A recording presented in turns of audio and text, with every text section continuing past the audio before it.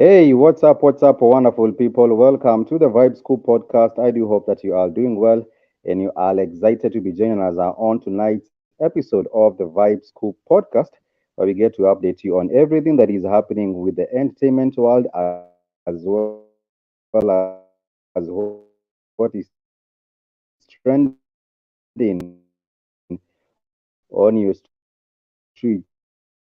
It doesn't matter whether this has to trend with the business aspect of it or the social economic aspect of it. We are here to make sure that we keep you updated.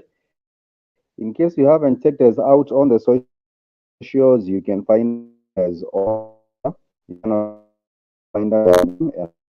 as on as well just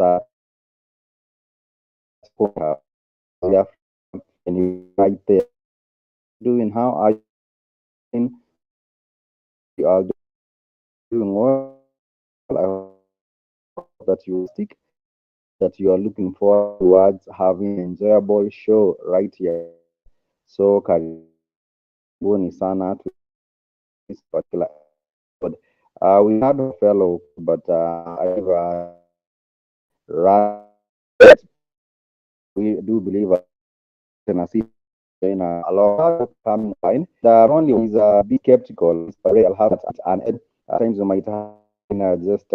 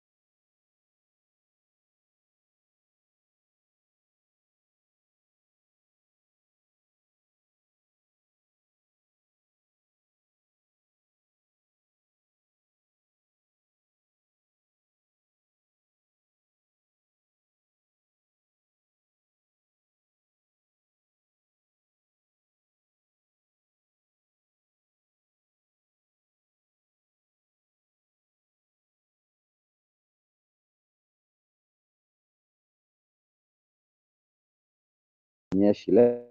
Let us know from wherever you're tuning from or wherever you're watching our live from Eve in wherever you are listening from. The R range and how sporadic or how big are the rains. Welcome back to the show.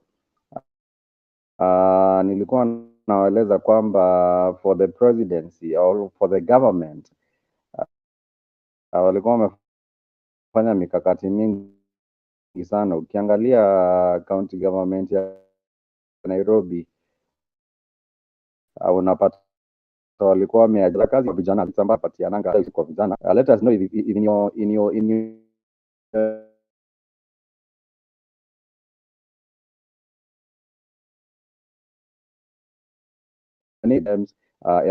wanalipwa maybe at the end of the week. Are there still those jobs? Ningependa nijue if in your neighborhood kama bado kuna kazi kwa vijana because the county government of Nairobi ilipea kazi zaidi ya watu 2,500 to go and clear those drainages. But then again did not come, which is still not bad because the drainages are clear. In case things change, na mvua ije, then people will still be able to go about their business without having to be affected by the poor drainage.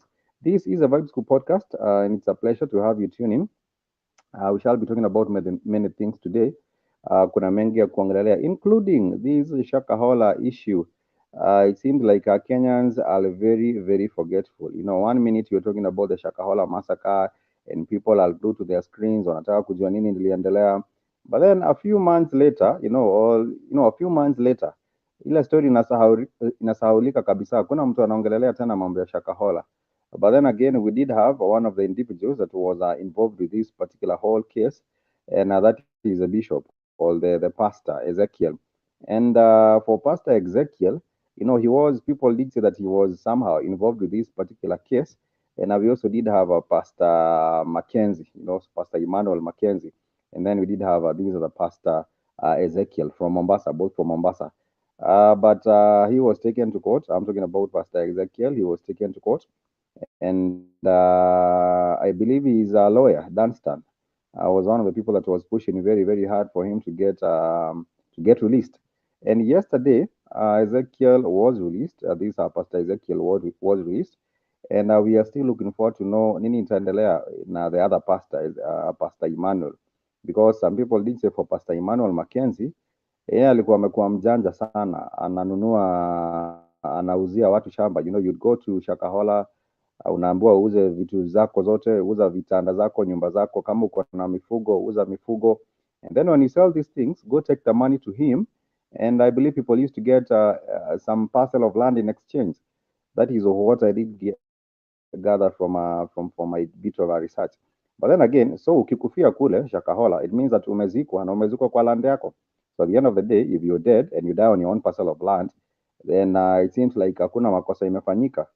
But we shall be looking to this particular case, tutakuwa tunafuatilia kwa karibu, and tuweze kufahamu nini kitakachofanyika ama kitakachotendeka kwa huyu pastor. I would really even call him a pastor, because probably if he was a pastor, then we would not see all these deaths. More than 500 people dead and buried in this land. And it seems like Kenyans are forgetting very, very quick. Kenyans are eager to move from one scandal to another.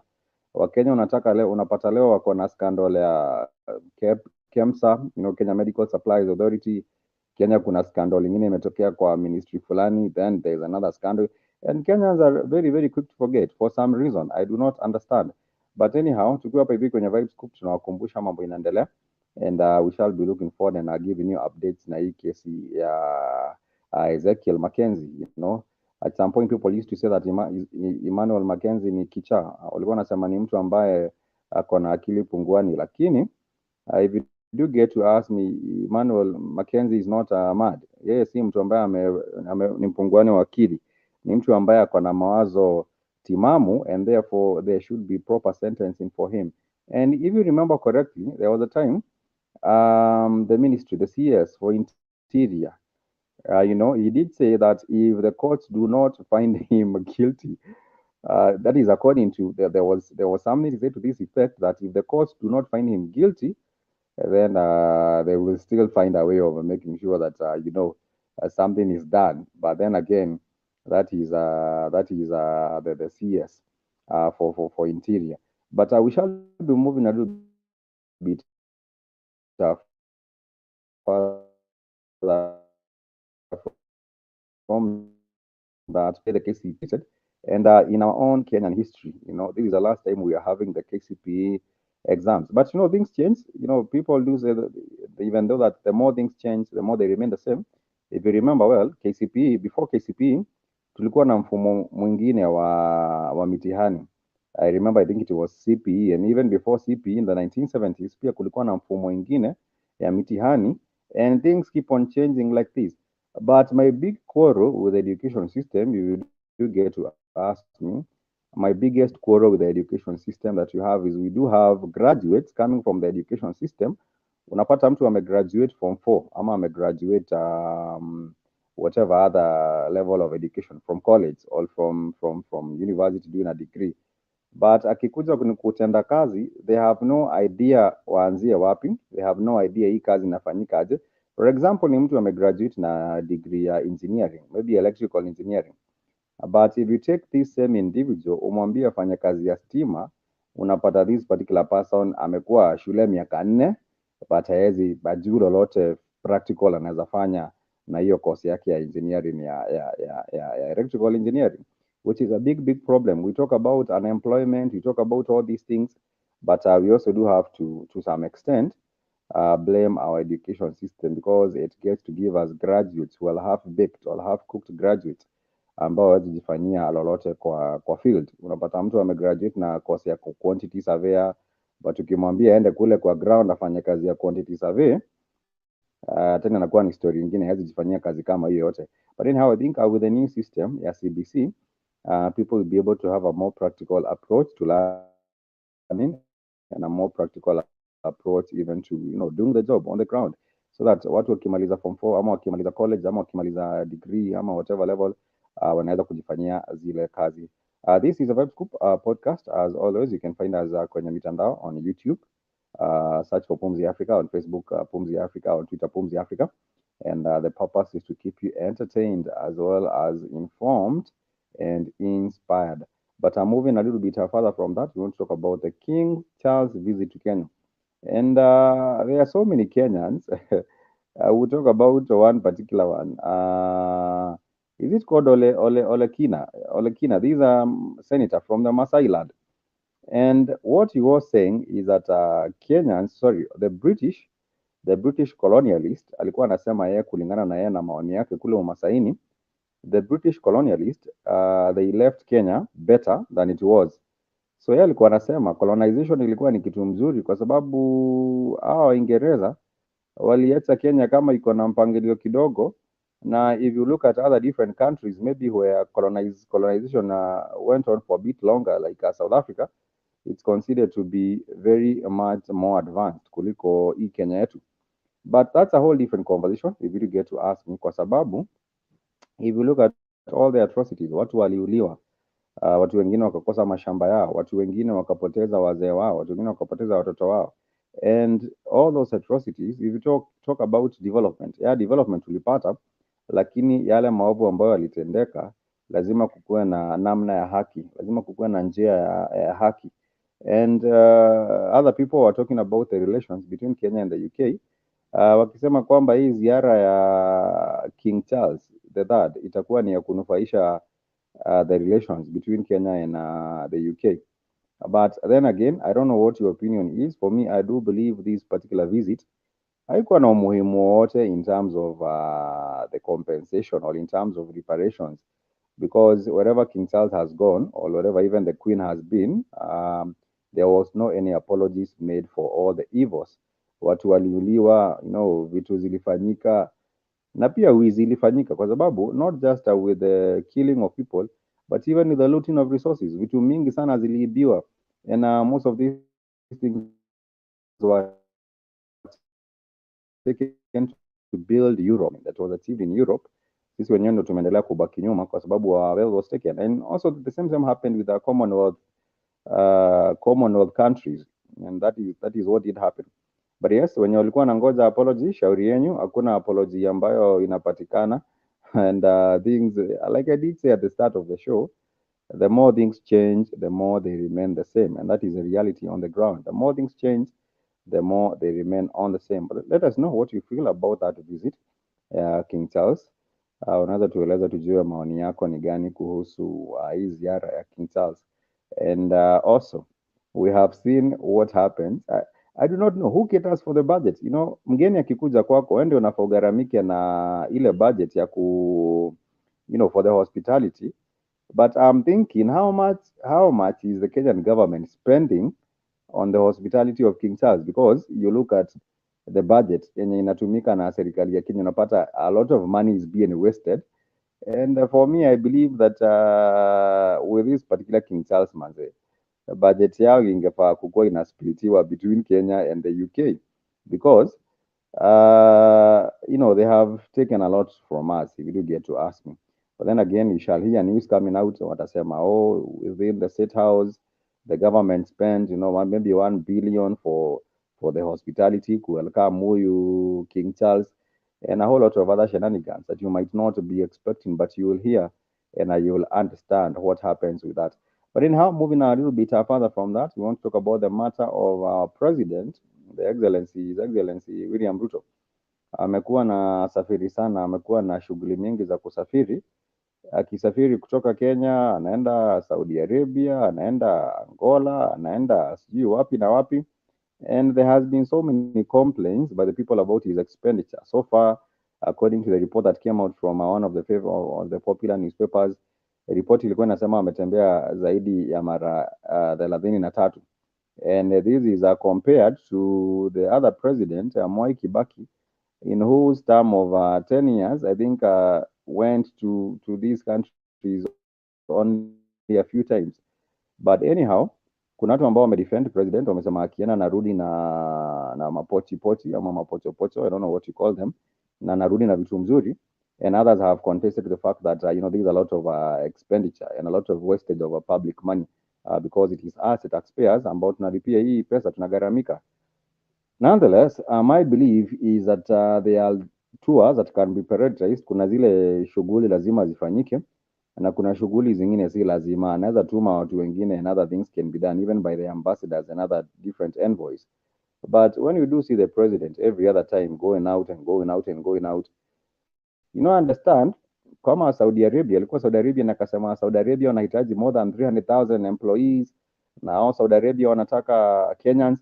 And at the same time unasikia Saudi Arabia wasichana wetu vile wananyanyaswa, na wasichana wakinyanyaswa Saudi Arabia wakiita serikali tena haiwasikii, wanaendelea kuteseka huko. Sometimes passport zao zimechukuliwa, visa zao zimechukuliwa, hawezi rudi nyumbani, wananyanyaswa hadi kijinsia. Lakini the same president says, oh, the Saudi Arabia wanataka wasichana wetu, wanataka watu wetu waende 350,000 jobs. There's a whole lot to be said from this. Na alisema narudi huko. I do feel that sometimes our government does not really look at matters from even a longer wavelength, if I might call it so.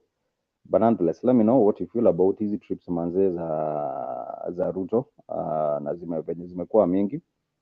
Tueleza, do you believe that these trips ni lazima manze, or could these trips maybe perhaps be reduced? What is your opinion about that particular one? You can hit us up on Twitter, Pumzi Africa manze, tuko pale. Unaweza tupata pia kwenye Facebook Pumzi Africa, na pia tuko mtandao wa Instagram, and you can also find us, I believe, on Threads. Unaweza tupata pale. If you want to write us an email, ni pumziafrica@gmail.com, and we would that we want to go into more matters, and this has to do with Kawira Mwangaza. Right now Kawira Mwangaza manze amekuwa kwa the spotlight, for all the wrong reasons. And if you do not know what happened with also the Embu governor was also in the same place. Walikuwa wamesukumwa sana na MCA wake na county government officials huko hadi ikafika place manze alikuwa karibu kutolewa ama kuchujwa. So it's the same place, the same thing happening with the Meru governor, and it doesn't come as a surprise because Wabora, is it called Wabora? Wabora, the former governor of Embu. Embu na Meru zimekaribiana. Actually, they border, Embu borders Meru. But then again, the same problems are happening for Kawira Mwangaza. Watu wamesema Kawira Mwangaza ameshindwa kufanya kazi.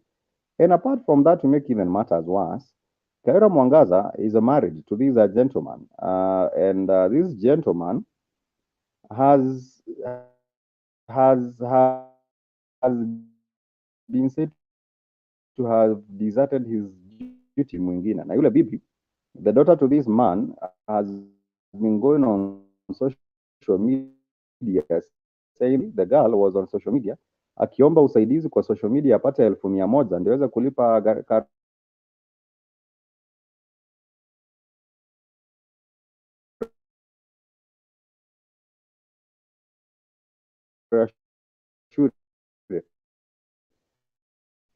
shule. And you also ask yourself, if Mwadi's husband, Tukaira Mwangaza, is a husband to the governor, you would assume that maybe perhaps he would also take up his that yes, anaye kwamba governor kutoka na deputy wake. That is what the consensus was. That is what the idea is by Oledama. But then again, that is his personal opinion. Let us know what your opinion is with the whole situation. And this is the Vibes Group podcast. And we want to thank you so much for being with us on the show. And it has been wonderful. We hope to catch up with another different episode on Saturday. So catch us on Saturday from 4 p.m. on the same spot. Till next time, peace and love. Kwaheri.